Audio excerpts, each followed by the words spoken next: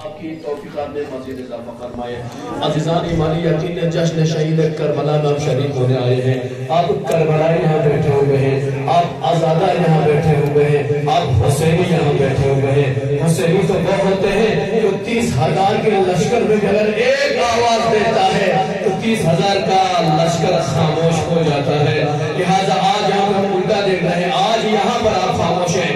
حسینی جنو حسینی آج پیغام عام کرنا ہے، یزیدیت کو آج لوگوں کے سامنے لانا ہے۔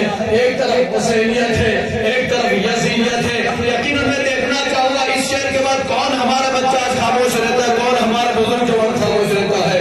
آج ہم 3 لوگوں کی ولادت منا رہے ہیں۔ ولادت امام حسین شہید کربلا منا رہے ہیں، ولادت امام سجاد امام زین العابدین علیہ السلام منا رہے ہیں، ولادت حضرت عباس علمدار منا رہے ہیں۔ لہذا میں تھوڑا سا آرام طریقے سے چلا شعراء کے اذان کے آلیہ وقت پہ پہنچانا چاہوں گا، زیادہ وقت نہیں دوں گا کیونکہ شعراء زیادہ ہے، ناظم صاحب سے زیادہ لے کر ہم یہاں پر آئے ہیں۔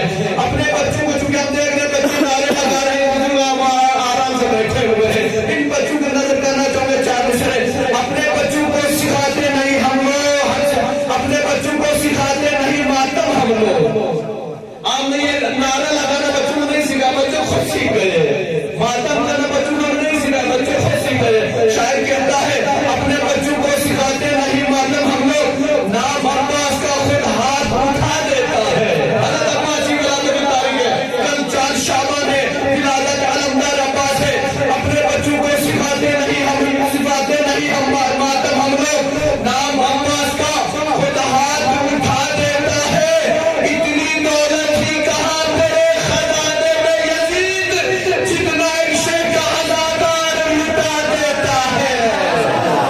دنیا تعجب رہتی ہے کہ یہ مومنین عاشیہ ہر روز ولادت، ہر روز شہادت، یہ ہر روز تقرب ناتے کہاں ہے، اتنا پیسہ آتا کہاں ہے۔ دنیا حسین کو لے کے تنگ رہ جاتی ہے۔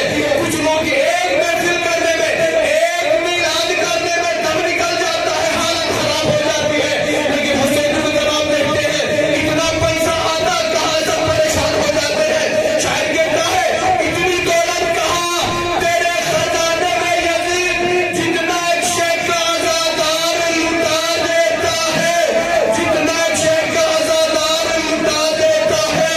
یزید سے پوچھو کہ تیرا راج کہاں ہے، وہ خون سے آلودہ تیرا راج کہاں ہے۔ زندہ ہے حسین ابن علی، زندہ رہے گا، لعنت کے سوا تیری آواز کہاں ہے۔ آج یزید کا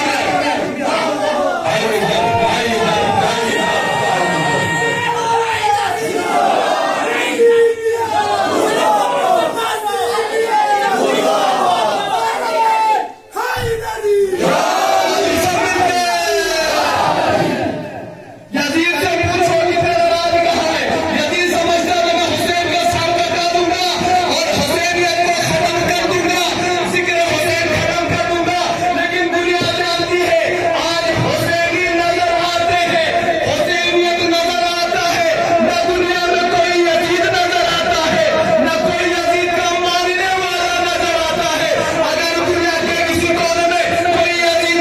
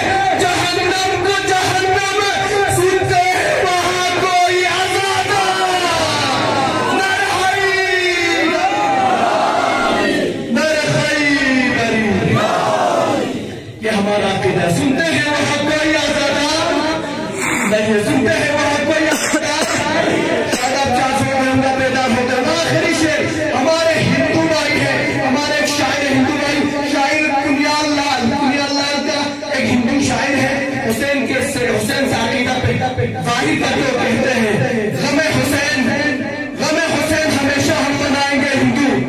شاعر کنیال لال کہتے ہیں غم حسین ہمیشہ ہم منائیں گے ہندو, حسین پیاسے پہ آنسو بہائیں گے ہندو.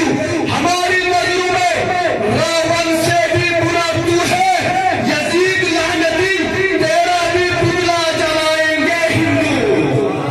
یہ ہندو کے روح ہے, جب کسی سے زیادہ دشمنی کرتے ہیں اس کا پتلا جلا دیتے ہیں. تو راون ہندو کی نظر میں بہت برے آدمی ہے. شاید کہتا ہے کہ ہماری نظروں میں